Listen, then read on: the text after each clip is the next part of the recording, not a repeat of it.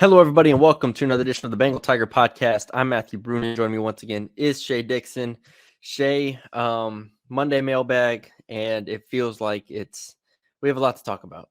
Feels like there is some major talking points that we'll get into on the podcast. Brian Kelly talked at 12 o'clock today, noon, and we have, takeaways, thoughts, and a lot of questions about what he talked about. So, you ready? We can do it. This is the Bengal Tiger Mailbag. All questions submitted by members of the Bengal Tiger. You can be a member for $1. We are rolling on recruiting info right now. LSU picked up a 5-star this past week. We'll talk about that with Billy on the recruiting podcast this week. But Maddie B and I focused on what people have to say on a Monday in regards to the upcoming matchup with Bama, LSU coming off the bye week, all of that. And there is some pretty much immediate notable news. And Maddie B, people started pointing out that the color shirt or sweatshirt that I wear sometimes points to like the mood of the podcast. They say brown usually means he's like on a bad news trip. And I'm in brown today for those listening. It's not that LSU is going to lose to Bama. That's not why I'm in brown. It's that there wasn't much positive to come out of the injury reports we were waiting to hear and the availability reports we were waiting to hear. We got to meet with Brian Kelly today on Monday, and let's get the mailbag rolling right away by Kyler M saying, I'll go ahead and get it out of the way, which saves us from having to do any sort of opening dialogue here. Maddie B, how does Mekhi Wingo and three of our most experienced corners, now he's talking to three transfers in Zy Alexander, who started every game, Denver Harris, who has played the third most snaps of any corner, and then Deuce Chestnut out of Syracuse, being out affect your outlook for the Bama game? And does Wingo being out for the season change your outlook on remaining games after Bama? So before we answer it, let's just rehash. Brian Kelly did say when I asked the availability, and I don't think I said this week, I said, what are the availability for the game? And then he reiterated it later. Zy Alexander, LSU's most experienced corner, will not play.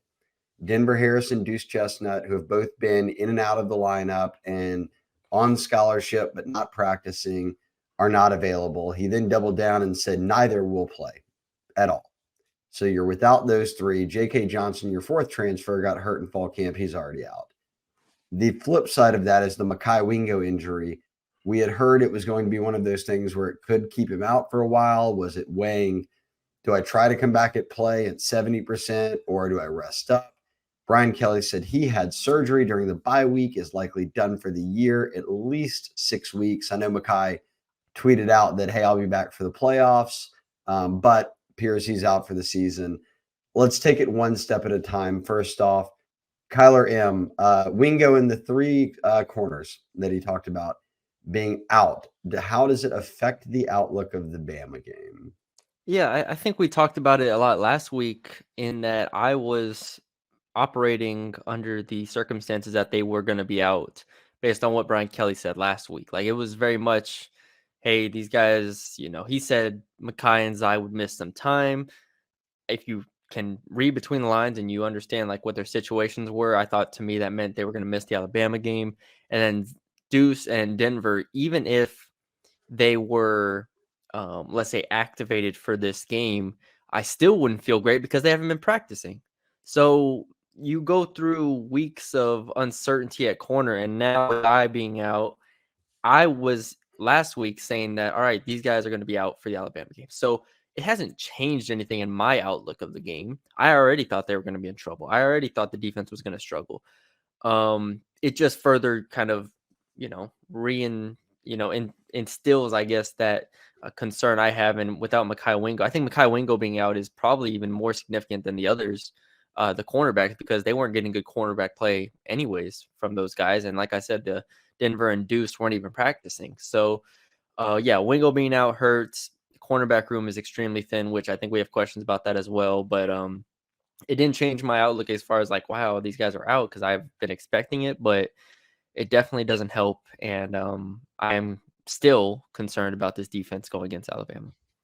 And we'll talk Mekhi here in a second. I want to follow up with what you said on corner because I'm with you. Here's my view of it based upon what I've seen with my eyes and then what I know their snap counts to be. Deuce Chestnut hasn't played since the first 4 games of the year. And let's just be real. He was not playing at the level he was at Syracuse. Like, we were not seeing that type of production. So you haven't had that anyways. So you're not losing anything there. Denver in and out of the lineup, even when Denver's been in, it hasn't been perfect. So yes, he's an experienced body, but it wasn't like he was having an all SEC type of season. Zai, while he has been, at times inconsistent, at times consistent, one thing you could rely on was he started every game and he was out there every time. And he led the corners in snap counts. He's the only guy over 400. That's what hurts, right? I mean, Zai Alexander is the guy you lose who you are actually playing every single week of the season. Now we see Sage Ryan step in. He's got this third most snaps of anyone. I could pull it up.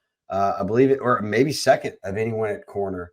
I do believe it goes Zai, then Sage being over 300 snaps on the season. So yes, he was a safety. Yes, he played a lot of nickel before. And then we suddenly saw him, Matty B, in Florida State game. That final scrimmage was when he went to corner. And it was like, oh, he's going to start at corner over Deuce Chestnut. And he did.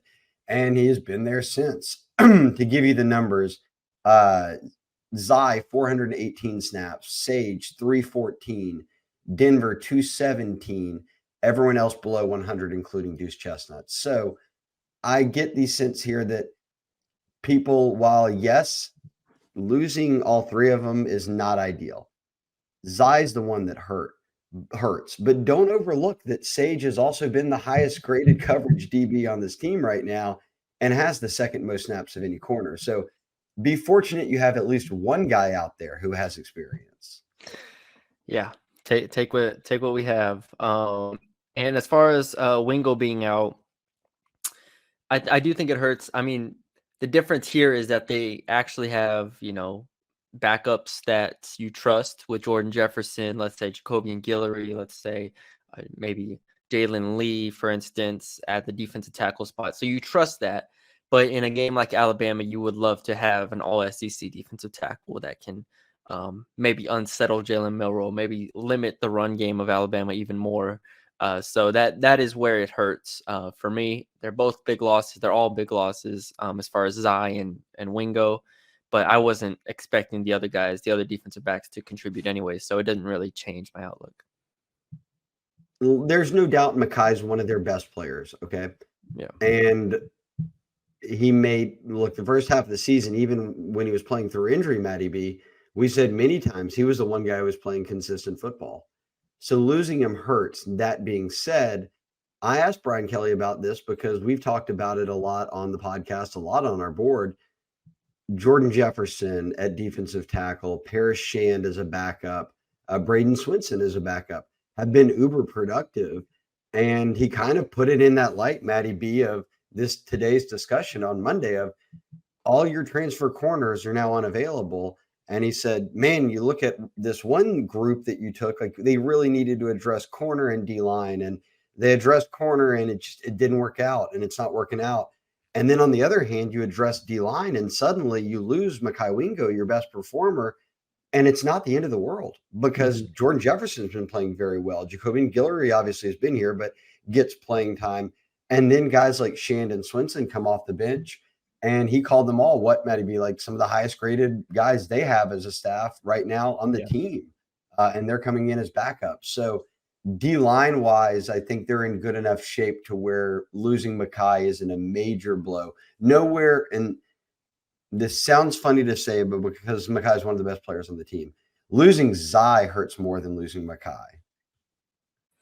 Yeah, as far as especially with Denver, Deuce, and we'll talk about all later. But yeah, it's very much a lose-lose. I do agree. I think Zai's absence, just because of the lack of depth behind him, correct, really hurts.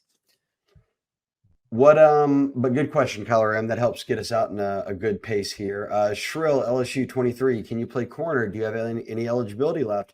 Brian Kelly asked that to the media today. He was trying to sign some corners up.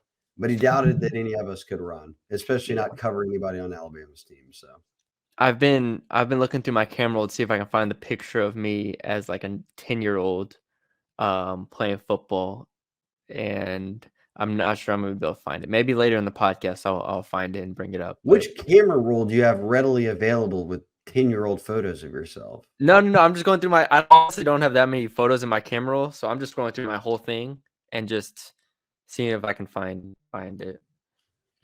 Okay. It's This a is it's a, it's a picture. I think I took the picture like okay, 6-7 right. It years ago. wasn't from the game. It No, wasn't, I have the no. Yeah, we have the printed out version of me, like, in the front of the team picture, and I took a picture of it like 7 years ago or something. yeah, So, we were short. I was always in the front row of every team photo that was ever taken. oh yeah. Oh, here it is. Well, you can't really see, but you get the picture. You get the picture. I don't know if you can see this, but Oh yeah, we got it. there I am. There I am. This was actually the year I was decent. The year before, I was number 63 and playing cornerback. So that's how you know I was not good. Even number 63 wearing corner. Not ideal. But That is not great. no. I wasn't getting the number 7. I wasn't getting those low numbers that good players get. All right, Capital City Tiger 21. What are the keys to beating Bama? Matty B, your first film study went up on Monday. It was the LSU offense, which is number 1 in America still after the bye week, against the Bama defense that ranks number 1 in the SEC. Y'all check that out. But Capital City said, with such a young and inexperienced secondary, what are the keys to beating Bama? Can Jordan Jefferson and Mason Smith, some of LSU's D linemen, step up? I can't believe this D is still paying for the sins of Owen Company. Matty B, he also asked, would you dress up for his Halloween, even though Halloween's tomorrow. So you still got a day to figure that one out. But let's start with the football related question there. What are the keys to beating Bama with such a young and inexperienced secondary? And he kind of tossed in the D-line question. Is that the key? Is an alleviated play in the front 7 or even just the front 4 or the 4 down linemen they've gone to, is that the key to making up for a secondary that's weak? Yeah. Yeah, check out I'll flip it. I'm going to do the Alabama offense versus the LSU defense. I wanted to wait a day to figure out who's playing for LSU to do that on Tuesday. First, I do think the front 4, which is obviously important. Alabama has a young guy starting at tackle in Proctor. They have a couple. The offensive line's been kind of shaky compared to what we thought it'd be going into the year. So you would love for Mason Smith, for Savion Jones, for Ovia Gofu / Braden Swinson to perhaps open up the game for the defense and kind of get Milroe uncomfortable. I will say the Alabama run game has been pretty disappointing to this point in the year. I believe they're only at, I wrote down somewhere around like 4 yards per carry, very much in the middle of the pack in the country in terms of rushing success. So the run game, I don't want to say I'm not worried about it because, LSU's defense can definitely get gashed in the run game. But I think it's more about the pass rush and getting to Milroe and making him uncomfortable because he has done a good job settling down his feet. But I don't think once he drops his eyes, he's very much becoming a runner. And I think if you can get him to drop his eyes kind of early, I think that would be good to make him uncomfortable. But yeah, that's kind of where I'm at. Front 4, obviously stopping the run, getting to Milroe. The linebackers are what they are at this point. Fine for LSU. They're not great. Secondary is what it is. So yeah, I put a lot of pressure on that front 4. Would you dress up for his Halloween, Matthew? Matty B, the people want to know. I have not dressed up for anything yet, and I don't think I am, but maybe I'll throw on my Manu Ginobili jersey. That's what I did in high school. I cut out a little like tan piece of paper and I put it on the back of my head for a bald spot, and with a Manu jersey on, and I carried a basketball around. There you go.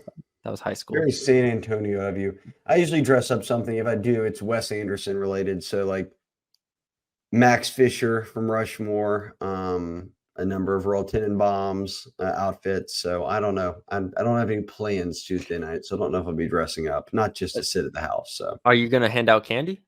And well, no one ever comes. We don't have a sidewalk, and Yeah. so they take all the kids to the neighborhoods that have like sidewalks, a couple over. Okay. So We've been here like 5 years, 6 years. No one's ever knocked on the door for candy. So I'm Wow. gonna guess no. I'm There gonna you go. guess no. I'm fine with There you that though. I'll keep it all for myself. I go. bought Yeah. it just in case, but haven't had anybody come knocking. Good. Christian Case. I don't know if Christian's asked any questions this year. I think he has. Milrow doesn't seem to be able to hit the short throws. How do they make sure they don't hit the deep throws? I mean, you've talked a little bit about Milrow. Kind of some thoughts. I feel like Milrow caught. First off, I'm convinced he must have been suspended that game because there was no reason they should have ever been playing Buckner and Yeah. whatever his name is, Simpson. Ty Simpson. Milrow's better. They were knocking on him earlier in the season. He's obviously been much better here in recent across the past month, certainly. I'm looking at some stats here. Let's just look at the SEC passing stats. Milrow's sitting middle of the pack in terms of yards per game. But I don't know, Matty B, what you value the most. His completion percentage is around Like 63? Something like that. 65%. For instance, Daniels, it's at 63. He's thrown for about 1,600 yards. Daniels, 2,500 yards, 13 touchdowns and 5 interceptions. Daniels has 25 and 3. So obviously you get the sense of really how good Daniels has been, but where Milrow stacks up in comparison. Attempts per game, I think, would be an interesting one to take a look at here. 22 for Jalen Milrow. Now, obviously, that can be skewed in some games where he didn't have to throw it a lot. They run the football a lot already. He runs the football some. So, thoughts, though, in general, before you get too deep into, because you haven't done your Alabama offense film study. No. But just from watching Bama this year, I've watched every game they've played. So I want to hear your thoughts. I'll give mine. Yeah, I think it's funny, like inadvertently, I think I've watched almost every game they've played, just like watching college football, I obviously. mean, I like to watch the good teams, so I'll watch Yeah, them same. play. Well, heck, I've also watched almost every A&M game, I think. I was Well, you've also glued. watched every North Texas game, so you're all over Yeah, the map.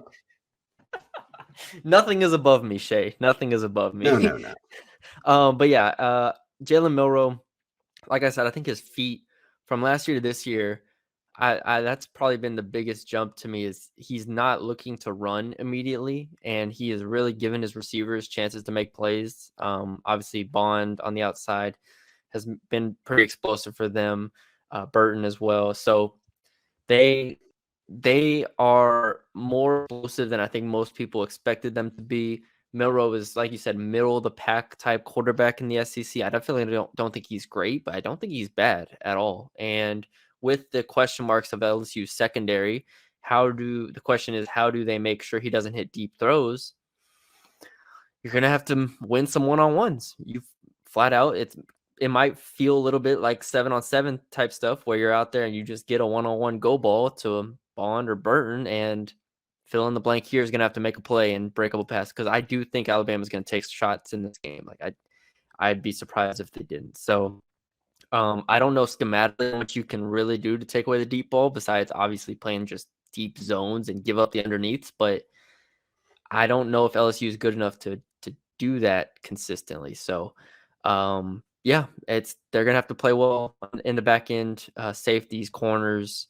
I do expect them to be, kind of off coverage a decent amount, or at least bail and stuff. But I don't think they're completely giving up the 5 to 10 yard plays with Milrow. I'm curious too as we get into. I think you hit on a lot of the good stuff there with Milrow. So I'll add this. He is what 6'2", 220. That's about the same size as Jackson Dart. Obviously, he's not as big as a KJ Jefferson, but Yeah, tackling is big in games like this. Milrow can be slippery, much like those guys can be, and he's a load to bring down when he gets going. I mean, he's like a running back if he's in the open field. dude. It makes it all the more difficult for a team like LSU, who's certainly in the secondary, who's struggled with tackling. You don't want him to get to that second level or past it and trying to bring him down, and certainly don't want to let him get kind of one move and miss, and now all of a sudden he's running free for 30, 40 yards. Yeah. In the games this year, Jefferson on LSU ran for 50 yards, and Dart ran for 50 yards. Dart also had a touchdown. Dart also did it on 7 carries. So that will be something to watch. Milrow started the season running the ball pretty well. I mean, against Texas, he had 50 yards. Against State, he had 70. Against A&M, minus 31. Against Arkansas, minus 19. And against Tennessee, just 3. So I know the Bama O-line, Matty B, has not been where they thought it would be ahead of the season. That's obviously going to play into some of those numbers. But I do wonder if LSU can get home like some of these teams recently have. Because if not, he's a guy who can pop 50, 60 yards on you in a game. Yeah. And it does feel like they've started to use him more, I guess, in designed run situations, which is, and they're not like forcing the run game with him, which honestly, I think against LSU, if you can have Jalen Milroe as a rusher, I think that would really hurt LSU's defense, just to add another layer that they'd have to guard. So I would expect him to be in the positive, even if he takes a couple sacks. I think he breaks a couple, and he's also just really fast, man. Yep. Like just incredible to watch as far as an athlete goes. Nola fan 33, hypothetically speaking, he said, we've got a nice hypothetical to start rolling on. The bigger loss with this Bama offense, would it be LSU's corners, or if Major Burns and Andre Sam, LSU's 2 starting safeties, were both out, and then the corners would be healthy in this hypothetical? So in this hypothetical, though, I would have to say that if your 2 safeties are out, Sage Ryan goes back to safety, and it's Sage Ryan and Ryan Yates, and then you would have Zy Alexander and Denver Harris at corner. Or would you rather have what they're about to have, which is Sam and Burns at safety, the guys who started in every single game, and Ryan and TBD at corner? I'll go with what they have. Yeah, I think so. I'd be terrified if they didn't have, I mean, not saying Burns and Sam are great, but I think that matters a lot in this. Yeah, those 2 lead the team in snaps, so Yeah. you don't want them off the field. No, and I mean, again, they didn't start the season well. They weren't good even a few weeks ago, but I think Auburn and Army, they played fairly well, and if they can just if they can piece together a solid game from those 2 safeties, I think that's very possible. I think that gives them a good chance to win. Make your tackles when you need to, which maybe forces a 3rd down instead of a 1st down. Maybe forces a turnover on downs instead of a 1st down. Like, I think those 2 are capable of making a couple plays that can flip it. And we've made it 20 minutes into a Bama podcast and haven't talked Harold Perkins, who obviously has continued to play excellent as he's now settled into this new role. And that role, because Greg Brooks being out and his battle with brain cancer and everything he's had to deal with off the field, on the field, not having him, he was their best safety. I mean, he's their best DB, actually. Yes. It's not even debatable.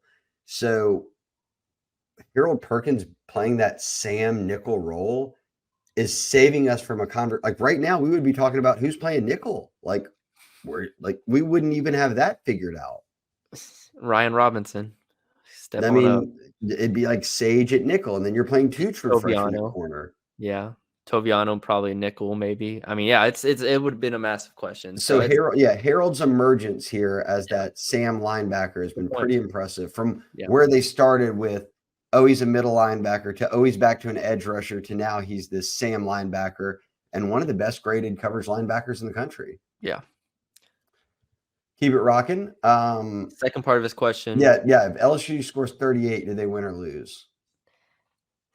Statistically speaking, I feel like the answer is win. My gut says that might still not be enough. like if they get 38, they probably have like a 60% chance of winning if you look at, like, I don't know, the analytics or something. But I still don't just feel great about that number at this moment.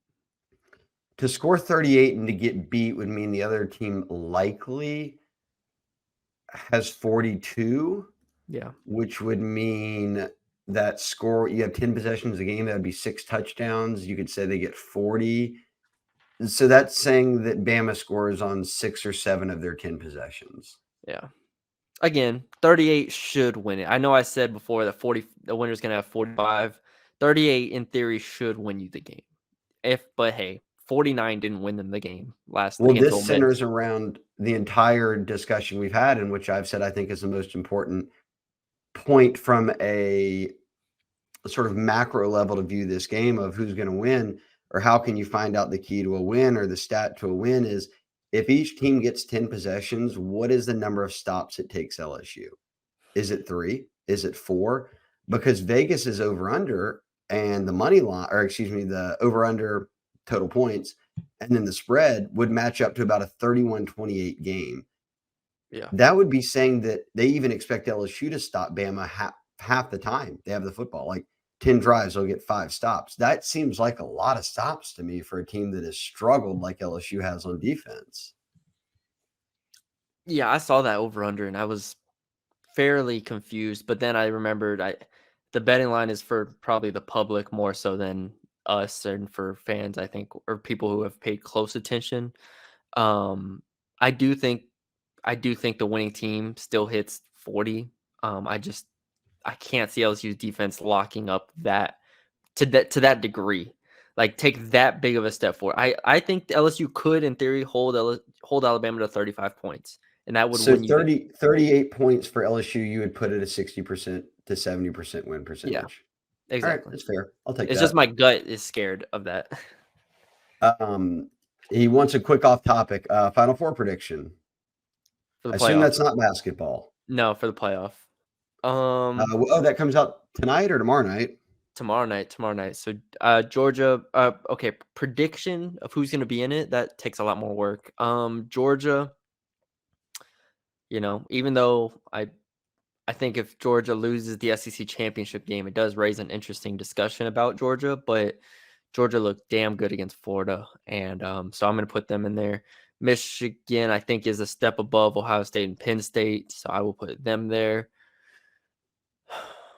I think Florida State wins the ACC. I think Florida State is just better than everybody there by a decent margin. So give me Florida State 3 and 4. I think Washington loses a game. You know what? I'll go Oregon. I like that. I'm going Oregon. If Bama beats LSU, I would put Bama in it. Yeah. I think that they could then run the table. I think they would beat Georgia too. I do. I think that if Bama goes out and beats LSU and look good doing it, they're only going to keep getting better. So that would be in there. I'll save that until we know what happens this weekend. I'll go Georgia. I'll go Ohio State. Who I want to pick Michigan though. I'll go Ohio State. I'll go Oregon. I'll go Florida State. I like that. Those are my picks. I like that. All right. Where are we at, Matty B? Bourbon Bourbon Cheerios. Cheerios, of course. The longtime listener who's never asked a question before. Number one, is this secondary any worse than the 2021 version that held a much better Bama offense to 20 points in Tuscaloosa? Hashtag Pig Cage. Hashtag Pig Cage. It does give the feeling that, like I mentioned with that over under, like it feels like this is a game that could be ripe for like a curveball, right? Like, oh damn, LSU won like 27-21 or something like that, which would be I can't see it, but that 2021 game was certainly something out there where that defense and that team put up a heck of a fight. If they had any pulse, offensively or anything, they could have maybe won the game. For transparency, because I think he brings up something that I had not really thought of, and I try not. Each year's different, but that year's defense he's talking about, that secondary and defenses in total. But I'll give you the pass defense gave up 237 yards a game. That was 11th in the SEC. This year they're giving up 238 yards a game, which is 10th in the SEC. It's tied for it, so 10th or 11th. So basically identical in terms of what they give up in terms of the pass game. Interesting to think about. Yeah. Doesn't sound like that changes your outlook on this very much. Maybe it happens. I mean, anything can. It's sports, and maybe Matt House puts together a game plan that really gives Alabama fits. I do think Alabama's inability to run the ball consistently throughout the SEC play is something I can hold on to and be like, hey, if you told me going into the game, LSU shuts down the run game of Alabama and then forces Milroe to beat them through the air consistently, and they have problems doing that, then I'd be like, okay, fine. I still think Milroe will hit, or they'll hit a couple big plays and get to like 28 points, but that could happen. I don't know if it gets asked in here. I should scroll ahead real quick. I There's a don't see it, so I'll go ahead and say it. I often don't think things like this are that big of a deal, but I think in this case, it is something worth monitoring. Tommy Rees is Bama's offensive coordinator. Tommy Rees got recruited by Brian Kelly. He was Brian Kelly's yeah. quarterback. Brian Kelly gave him his first job. Brian Kelly made him an offensive coordinator. Brian Kelly tried to bring him to Baton Rouge. Brian Kelly said that he's talked to Tommy Rees in the time since he's been in Tuscaloosa as he's bounced things off his head about growing as a coach and things like that. There's got to be, like, he got asked about it and he didn't really say, just praise Tommy Rees, but there's got to be some sort of built-in small advantage, if in, something to where Brian Kelly, who has spent a lot of his time in the past 2.5 weeks on the defensive side, in the defensive film room, helping out with the defense because that's what needed fixing, where he can say this week, this is Tommy Rees's tendencies. This is how Tommy Rees likes to call games. That has to come into play at some point, right? Yes, I do.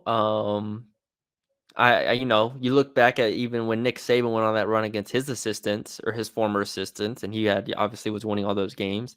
It's not until recently when Jimbo and Smart started beating him. But yeah, I think that is something worth noting there. But it'd be Not the nice to get. biggest deal, but something to think about. Because even too, this former assistant things would be head coaches. Like, this is the play caller who just got done being his Yeah, play caller and his yeah. quarterback. It's like he knows there's got to be something I in do there think where it is something. he's You're like, hey, right. I know what Tommy's thinking when he Yeah, sees these defensive looks. yeah. I think you're right. I think you're right. We're just scraping the barrel a little bit, but yes, I do Something to agree. just think about. Yeah. How long does a movie need to be out? Have to be out before you can stop saying spoiler alert? I'd say like a month. Depends on the popularity of the movie to me. There you go. But I do think probably about, like, if it's a super popular movie and everybody's talking about it, you got like a month max to see it.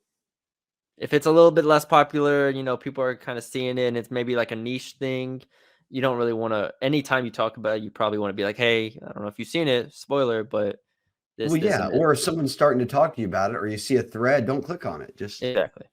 hey, man, haven't seen it yet. Yeah. I give it a month. And the selfish part of me is no time. As soon as I see it, just saying everything. You better have seen it. Which product or service should you have invented as an LSU grad? I'm frustrated I didn't come up with an Uber, given the number of nights I waited hours for the only cabin BR. As a fellow alum, you cannot take this answer, Shay. I'll hang up and listen. All right, Bourbon Cheerios, you're done for the day. I'm not allowed to say Uber. You can if you want. Maddie B, what would you wish you would have come up with? Hold on, let me think. I'm going to Gosh. go with Skype.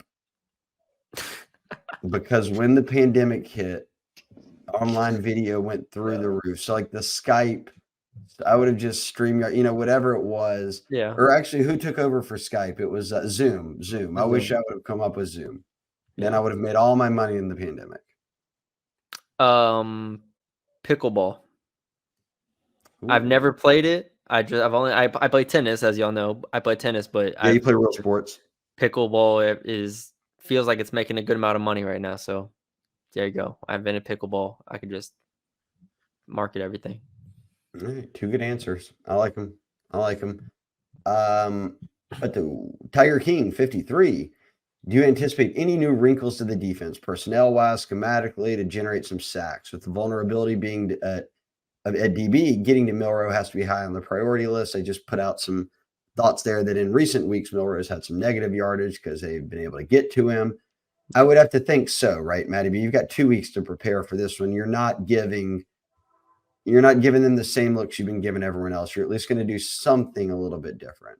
Well, we also have to remember, not only did they have a bye week, but they played Army the week before, and they played Auburn the week before that. So as far as pass rush goes, maybe twists go, maybe design blitzes go, you've had a month to prepare for this game because you weren't worried about showing new stuff in the last 2 games or in the bye week. So you've had a while.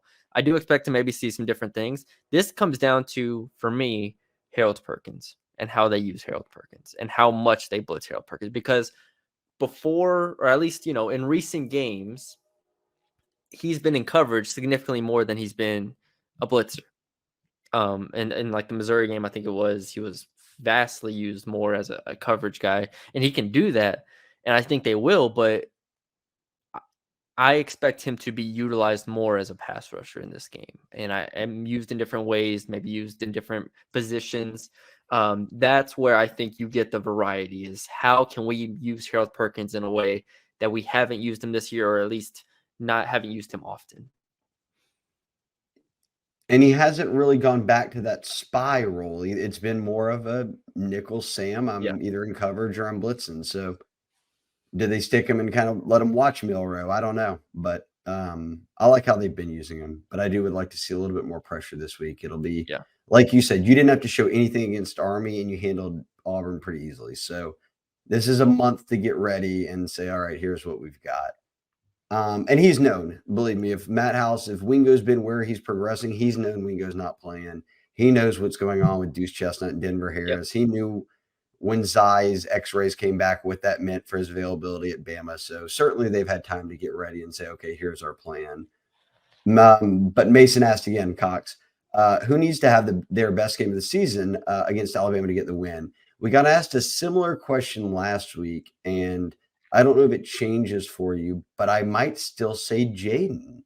Like if Jaden has his best game, he's played some amazing games. He has his best one, that gets you 38 points right there for sure. at least. Yeah, at least. Yeah, it was last week when we were asked this question. We looked at it in a bunch of different ways. It's like, all right, well, you could say the corners, or you could say the safeties, you could say the defensive line, but then Perkins, whoever. yeah, I think you brought up that point of Jaden Daniels, which I had not considered. Of if Jaden Daniels has the best game of the season, we're talking 42 points easy for this offense. We're talking 5 touchdowns from Jaden Daniels. We're talking no interceptions, no fumbles. I mean, 100 rushing yards. Like that in itself is going to be hard for any team to beat. And, you get in a shootout, I think they have a great chance of winning that game if they can get to 45, 48 points. Defensively, if we go like individual wise, I'm going to stay Mason Smith. I think Mason Smith has gotten better, and I really want people to understand he has been injured throughout the whole first half of the season, and we're finally starting to see him play better now because he is getting healthy. And he can say he's at 100%, all that stuff. And he said I remember in spring ball, he was like, man, I could have came back for the Georgia game last year in the SEC championship game. There's a difference between being available, even being healthy, and being back to the player that he was out of high school as a freshman. Like that type of explosiveness, you don't just get it back by being healthy. So I think he's working his way back. I expect him to continue to get better. And, I think he has a good end to this season. And I think this is the start of that. I think you could say that Jaden gritted out Missouri in a major way. So, like, you could say that was his best game. He carried him in the fourth quarter when he got hurt and came back in. But stat-wise, I would put out Ole Miss. You throw for 414 and 4 touchdowns and no turnovers. You rush for 100 yards and another touchdown. That's 515 yards and 5 touchdowns. So if Jaden gives you something better than 515 yards and 5 touchdowns, that's 42 points. They finished that game with 49 and they lost. So still, in the best game of the season, they did not win. And I'm still going to pick it. That's who I would say. Who has to have their best game if they have their best game of the year, LSU wins, I would say Jaden. Yeah. Is that who you did you pick Jaden? Did you agree? No, I know you kind of no. there were some others, but are you rolling Jaden for the answer? I mean, probably. I mean, as far as individual players go, I mean, we could throw Harold Perkins in there if you wanted to. Sure. As far as if he gets 4 sacks in the game and 2 forced fumbles, I mean, that's goes Arkansas, what he did against them last year. He does that against Alabama. I mean, that could be the game right there. Grape Swish has a question of why does God continue to give his strongest soldiers his toughest battles? And by that he means LSU fans and the battles being transfer portal DBs not working. They worked last year, just not working for you this year as much. But again, I don't want to discredit Zai. Zai's worked out. It's just now he's hurt. So is what it is. And no one should be acting surprised that Denver's not playing. We knew everybody knew what they were getting into here. It was either going to work out or didn't, and don't be surprised either way. And Deuce hasn't played really since the first game of the year. And JK got hurt in the preseason. So Yeah. it is tough battles, but like you said earlier, Matty B, we saw it coming at this stage. Yeah. I don't have anything else to add on that. Bogies Fedora. Shout out Bogies. Shout out Fedoras as well, but definitely Bogies. Do you think Bama's run to pass ratio gets heavily skewed from previous games given our issues in the secondary? Right now, it's 59 run, 41 pass. I love this question. And you watch all the film, you get into the schematics of it. Brian Kelly talked about this today, not this specifically, but about what Tommy Reese does well, and that's adapting to what a team has and how well the Bama run game has been this year. I actually don't think that they stray far from that. I think that it would be in a way, it feels foolish to abandon something that works just because the other team has some guys who are out. I'm more interested in how much they run Milrow by design. Like as far as the running back, they'll give the ball to McClellan and whatnot, but how much they run Milrow is the most interesting thing here because they run him, but it's not like they force feed him. I could see him getting like 6-7 designed runs this week and just kind of letting him try to get those first downs. So that way they don't have to pass the ball as much. Yeah, I mean, somewhere in this vicinity, 55, 45, something like that. I still think they probably run the ball more. And there are a lot of situations like where if they get a lead of any sort, they probably continue to run the ball. The only situation where I think they pass the ball more is if LSU gets a 2-possession lead at any point. So, of course, right. Score could dictate that. But I actually do think they want to stick with running the football, doing what they do. They're going to do what they do. That's what good teams do. You go out there and you play your game and you make the opponent stop it. Yeah. Tiger Fan 11 said, now, and I'll just add, with this 4-down D-line look, Matty B, do you think they win any one-on-ones consistently enough? Or is it, like you said a moment ago, where this is a game where House has to, as a D-line or as a D coordinator, come with more stunts, come with more ways to confuse, get different angles, because there's this feeling maybe that LSU is not generating enough pressure with just 4 guys. Yeah, I do think they try some different things, but ultimately, if they can't win one-on-ones with Savion Jones, Mason Smith, Jordan Jefferson, Braden Swinson/Oviedo, if you can't win one-on-ones there, I mean, twists and stunts will only do so much. At the end of the day, if they're not respecting your one-on-one abilities, then they can sit on those stunts. They can play those stunts, and they can wait for them. I like I said, Perkins is the X factor for me here as far as pass rush goes because I don't think any of the defensive linemen are, dominant in pass rushing right now with Wingo out. We'll see about Mason Smith. We'll see about Braden Swinson potentially, but I think Perkins is kind of the exception there. So I don't think they I think they try some things, but ultimately I'm interested to see if they can just win straight up one-on-ones at, maybe go at Proctor at the tackle spot, maybe go at some other guys there. Let's see where we're at. I was getting ahead on my next question two away when someone was asking about the bar scene there. I was Googling a couple of things to make sure I had the name right. LSU Tigers But Football. I'm with you on D-line. CB Tigers asked CB Tigers 24. With Wingo being out, do we see more Perkins on the edge so we can get more pressure on Milrow? You talked a little bit about Perkins on the edge, but am I wrong in saying that I think they just put Jordan Jefferson in and you just keep going like normal? Like you keep Perkins in the role he's been playing.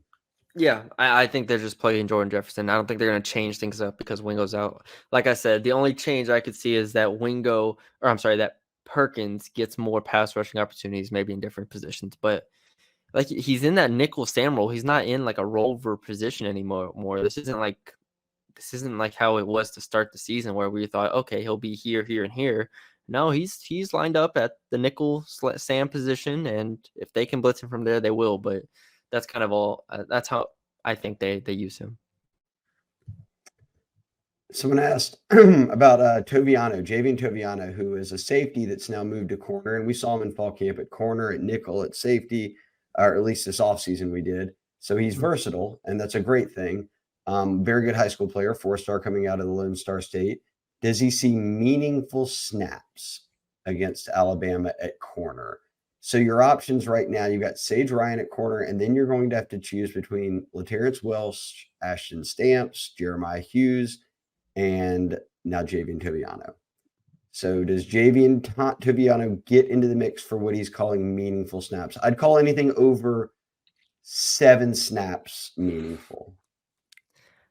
No. Hell, if it's a tight game, any snaps meaningful, to Yes, be if honest. it's a tight game, any snaps. No, I don't think so. I think Welsh and Stamps have it locked down. Maybe some Hughes. Maybe some Hughes. That's how I was I'll going to say. go. I think Toviano gets at least 1 snap at corner in this game. Yeah. Could be wrong. We'll see. I mean, yeah. I do think that I just get the feeling they might want to try out whomever. And we've seen them be they've gone in different directions in a number of these games. So why not do it again? I mean, I would not be surprised at all if Hughes is out there getting some run and Toviano gets some reps, like just to see what they have. So we'll see. LSU Lawyer 24, best spots to hit in Tuscaloosa for the game. If you have any, maybe some other people should probably chime in here because I have not like I always thought Innisfree was like a big bar in Tuscaloosa that people went to. Isn't that the one like right by campus? Matty B is going to be in Tuscaloosa for the first time, so maybe he can go over there. Yeah, Innisfree Pub, but it's always packed. But that is right there by on University Boulevard, so I guess that would be one of the big ones. But yeah, any of our LSU, there's a ton of LSU fans who go up there every year, so they can jump in the mailbag thread and weigh in there for LSU Lawyer 24 is ready to hit up some spots before the game. Bama's got a very nice campus, a pretty campus, gorgeous stadium. So go enjoy the weather, walk around. They do have a lot of stuff right around there to eat or drink at. So it's a nice setup to have it all right there. Texan Tiger 2, my man. Knowing LSU's immaturity at corner and Bama's affinity for throwing deep shots, how do you scheme your safeties to be able to help out deep? Matty B, thoughts there? I mean, have them playing the deep halves. I mean, have them as potentially bracketing or, as help on the outsides. I'm not a coach, so I mean, I'm not able to schematically, put them in the right position. But I mean, that's typically how you do it as far as, from a basic standpoint goes, is you just have them behind a LaTerrence Welsh. You have them bracketed. You have them to where LaTerrence Welsh can play a slant, can play a hitch. He can be aggressive on those because you have safety help over the top or something like that. Like, those are the basics. I'd say maybe even have a linebacker, maybe like Harold Perkins, drop out, and so that way he can take a slant. So you can play a fade. So just stuff like that. I don't think it's the most complex thing, but yeah, the safeties are going to be huge in helping them out. Yeah, Bama, Auburn nor Army can throw the football well at all. So I'll just move past them. Back to Missouri, second half. They played very good zone defense in that second half against Missouri, helped them win the game, Matty B. I just don't want to see all game the corners 10 yards off the line of scrimmage and Bama just getting room to just run because that for me is not a recipe against a team like this that is going to spell much, but maybe I'm wrong. Again, I am no coach. I'd like to see them just give these guys a chance, put them up there, press them a little bit. And if you got to go to your zone, go to it. But I don't want to see them just off 10 yards off the line all game long. And these receivers, like I said, I mean, they're good, obviously Burton and Bond, but they're not Jalen Waddle. They're not these elite NFL. They're not Smith. They're not Rose. They're not these guys that are first round receivers here. So, that gives you another vote of confidence that you're not playing Luther Burden out there. You're not playing Keon Coleman out there. So we'll see. We'll see. Strictly LSU offense versus Bama defense. To win the game, what specific matchup do you think LSU has to win? We answered this question last week, but on the flip side, and I think the answer remains the same, you win in the trenches. It's O-line, isn't it? Yeah, it's blocking. The more I watch this Alabama defensive line is actually really scary to me. Now LSU's offensive line is one of the best in the country. I'm not backing down from that. I think they're top 5, maybe, somewhere in that range of best offensive linemen in the country. The question is, you have Dallas Turner on the other side. You have Jaheim Otis on the other side. You have I cannot remember his name off the top of my head here. I put in the story. Justin Abogby Yeah. was awesome. And then Chris Braswell is kind of a linebacker. He's not really in the front four, but regardless, like they get after it, and that they were really, really impressive in a lot of the games this year, especially in SEC play. So, yeah, I agree. I think it's the trenches all the way. And I kind of talked about the run game as well. I do think LSU being able to run the ball with Logan Diggs is something that I'm very interested in because Alabama's been really good against the run. We've actually got 2 of those coming up here to wrap up the pod Is that here, what it Matty is? I B. thought we had something in there.